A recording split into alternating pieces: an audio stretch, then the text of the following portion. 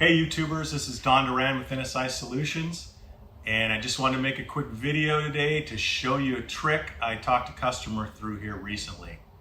So a few weeks ago we released a video on our Rapid Z drums talking about the features for the sync bowl and how to remove the drum and replace the bearing.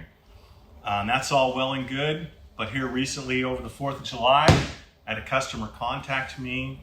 His drum was stuck on, he couldn't get it off, and he kind of reminded me that, after this stuff's been used, put away wet, it starts to rust a little bit, covered with stone grit, it's not so easy to get apart.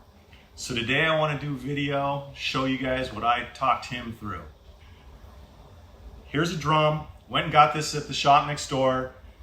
I can tell it's been sitting for a long time because they have multiple sets, and when I picked it up, this bearing would barely turn. So it's still pretty tight. I'm thinking this drum's probably stuck on here pretty good, and we're going to remove it. It's a great time to replace the bearing. Hopefully I can get it apart just like I showed him. If not, you'll never see this video. So you need a vise. This is a kind of a janky old vise. Not a great setup, but it's a spot I can shoot a video today. We're gonna try it on here. First, you want to clamp that in, take the cap off, and that's a 5/16 Allen wrench. And that cap will just come right off. There is a washer in there, so don't lose that. Now, that drum is not just going to slide off. You want to use something like a socket that's slightly smaller than the shaft. You could use a socket as what pretty much everyone has. You could use a brass drift or aluminum drift. But what you don't want to do is start pounding on that with a ball peen hammer or something, because as soon as you start mushrooming that edge, this is not going to come apart. If that happens, you might as well go find someone with a hydraulic press. So that's definitely a no-no. The trick that I told this customer over email last weekend was don't just try and pull this drum, drive the bearing and the drum off together. So open your vise up a little bit so that the bearing is sitting across the jaws of the vise. We're gonna put some lubricant on there. Now, if you were to let this sit overnight, it would definitely help. But for the sake of this video, we're just gonna have at it. I got my socket. I'm gonna start with a plastic hammer, and if that doesn't work, I have a bigger persuader. There it goes. So before I get it off, you can see that the first edge has already come off. Usually once the first edge comes off, you can pull it off. The bearing, you're gonna have to drive the rest of the way off.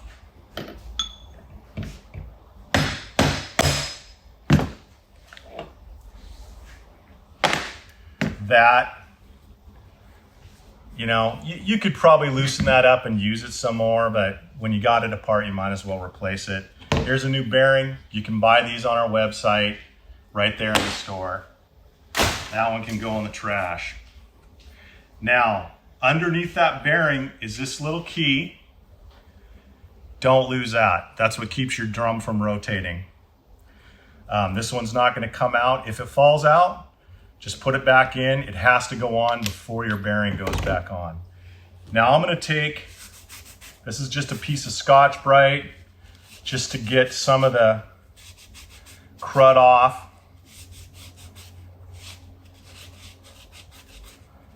Clean it up a little bit. It only takes a couple minutes. I mean, I know how hard these things get used and abused, so they're not going to stay clean for long anyway. Rag and wipe that off. There's a new bearing. Key's still on there. I am going to put some, see if I can do this without blasting it all over.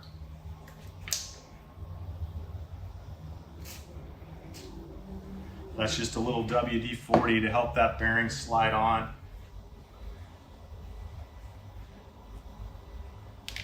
And we're going to drive the bearing on the same way we drove it off. Now, I did take a file. Oh, one thing I wanted to say. I did take a file and take the sharp edges off of that. If, before you put this back together, someone has hit on this with a hammer and mushroomed it, you can take a file and just kind of take those sharp ridges off, and that'll help everything go off and on a lot easier. So anyway, back to putting the bearing on. I am going to put a little more WD-40 on there since I wiped it off.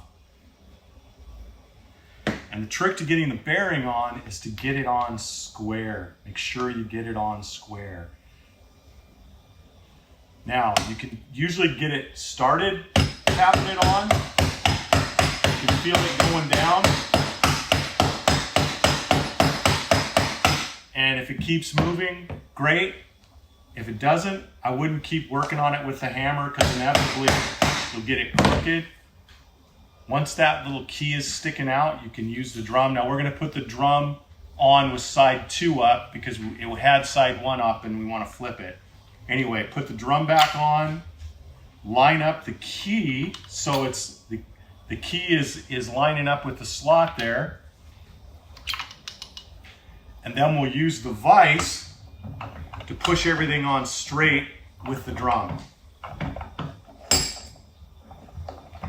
This vise is barely big enough here.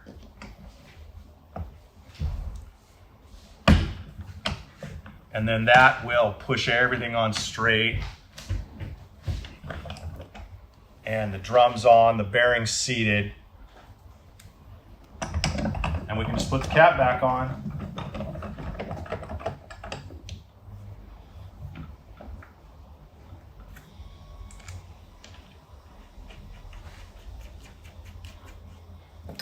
Again, that's a 5/16 Allen wrench. There it is, good as new. Hey, if you have any questions or need any help, our contact information's in the description below. We're here almost every day making quality tools that fabricators love to use. Until next time, go Mariners.